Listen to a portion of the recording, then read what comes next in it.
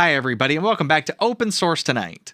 Today I wanted to show you and talk to you a little bit about Ubuntu 23.04, the latest version of Ubuntu from the Canonical company. So let's go take a look.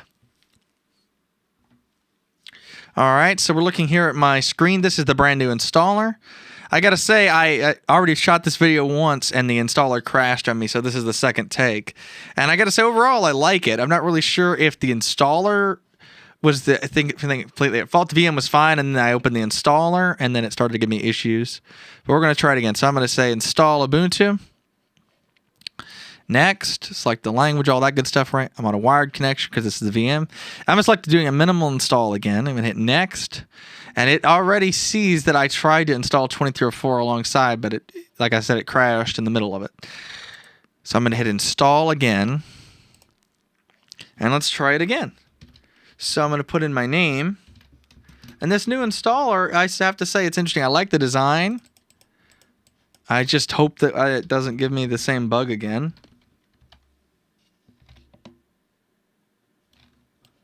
23.04 is what I was trying to type there. So one thing I did notice the last time that it's happening again is, used to when I put my name Vincent Maggard up here, it would actually do just Vincent for the username. Now it does Vincent-Maggard. Instead, I'm going to just make it Vincent Maggard by itself. That's what I want. And I'm going to put in a nice insecure password here because it's a VM and it's just a test. And I'm going to say you require the password to log in. Now, when I changed the theme from light to dark, it crashed and froze and all that. The VM froze. Well, the installer froze and the VM kept working for a minute and then it froze too. So I don't know if that was related, but we're going to just not change it to the dark theme right now. That's what I did before. And so now it's trying to install. So considering I have tried 2 times now to get the installer to cooperate and it keeps freezing the virtual machine, we're going to just explore the live CD, DVD style environment because that's as far as I'm able to get right now. This is supposed to be the stable version that I downloaded of it, but I don't know. I guess we found a bug, folks. So if somebody from Canonical's watching, I don't really have any logs or anything I know if I can send you, but hopefully y'all can figure it out. Anyway, so this is the desktop and everything. And it's pretty similar to the old one, but there is some differences. One thing I do like is just how this feels a little more smooth to me. Like the animations feel better than they used to, and I like that. And we can also see some new animations in the activity up here. Oh, that's nice too. Cool. All right. And we can go ahead and check it out. Let's see how quick something launches. So this is with 8 gigs of RAM in the VM on an SSD. And look at that. Basically instantaneously stuff opens. We can resize things. You can see we're using about 1 gig of RAM right now. Really not running anything. So let's open up like Firefox or something and let's just see if we can get it to use a little more resources here.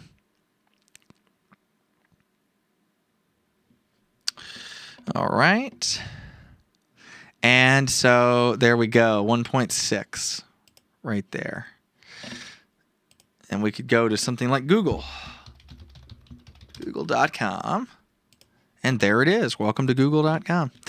So that's our web browser. I'm going to go ahead and close it. And as soon as we do that, it brings us back down to where we was before pretty much. I'm going to go ahead and get it out of this. The icons look like the LibreOffice ones, at least, and stuff like that look a little different. And so this may be a little different in the final install too, but I'd say it's probably similar. This right here, I got to say, like this, that's a lobster from what I understand, which is the mascot of this version of Ubuntu up in space. Pretty cool looking, great design. I have to say I've liked their last couple backgrounds they've been doing. It's really good stuff. So it looks like that in the minimal... I guess this wouldn't be the minimal install probably. It's probably everything because I don't think LibreOffice comes with the minimal install. So it's pretty bare bones even in the regular install then. But I actually think that's good because I'd rather customize. And I'm looking at it here. And again, I mean, everything seems to be pretty good. Let's see if there's any updates available. Well, I guess it wouldn't matter because this is the ISO anyway. So, but yeah, it looks like everything is trying to talk. One thing I thought was interesting that I seen when I was playing with it in live CD mode earlier is I can click this up here, this dark styles thing now, and I really like that. So you can see if we look at that window there in the center of the screen, now we're on a light theme, right? This is what the light theme looks like. And I personally am more of a dark theme kind of guy. I just think it looks better these days. And so that's how that works.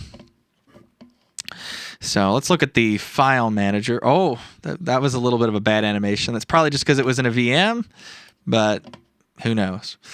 All right, so we can see here, we can click around in the file manager, and yeah, this seems pretty responsive. Looks to be, this would go along with the GNOME 44 desktop, if I recall. Let's just double check.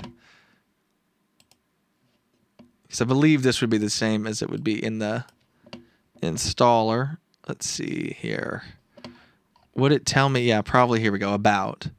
So that one took a little longer to change. So let's see here. And we can see GNOME version not available. All right, interesting. So that's interesting. I believe it's in GNOME 44. So while we're in here, let's look at some of the settings. And so we can kind of come in here and change. This is the Ubuntu desktop settings.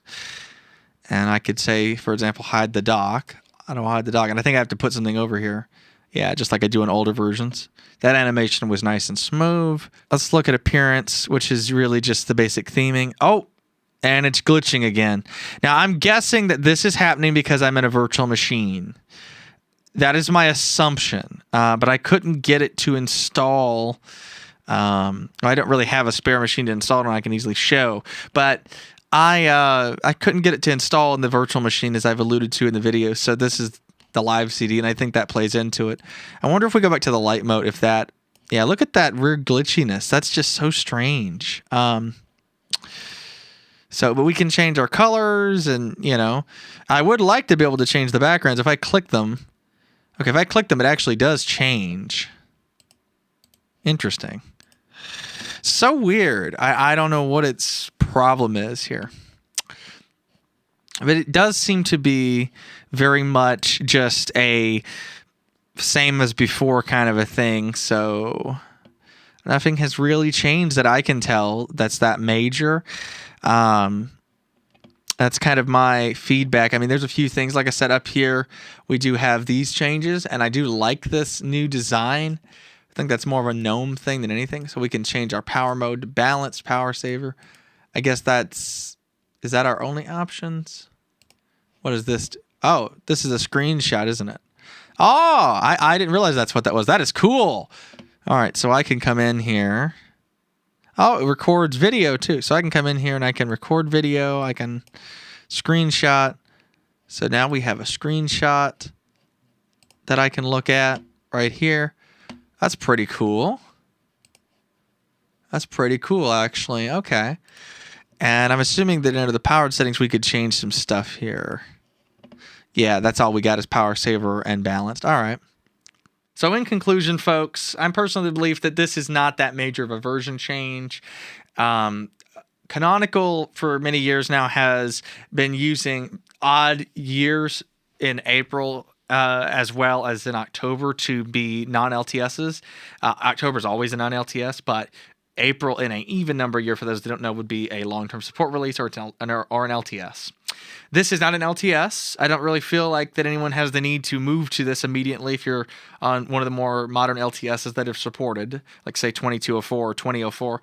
That's my current stance on the matter. It's not going to be supported very long because it's an interim release as well. But anyway, folks, it just doesn't feel like it's that much of a change. And I do like some of the changes. That screenshot feature in particular was probably my favorite. But anyway, I hope you all enjoyed today's video. Let me know what you think about Ubuntu 2304 in the comments. Let me know if you're going to give it a try. Thanks for watching, everybody. And I'll see y'all again very soon. Goodbye, everybody. And action.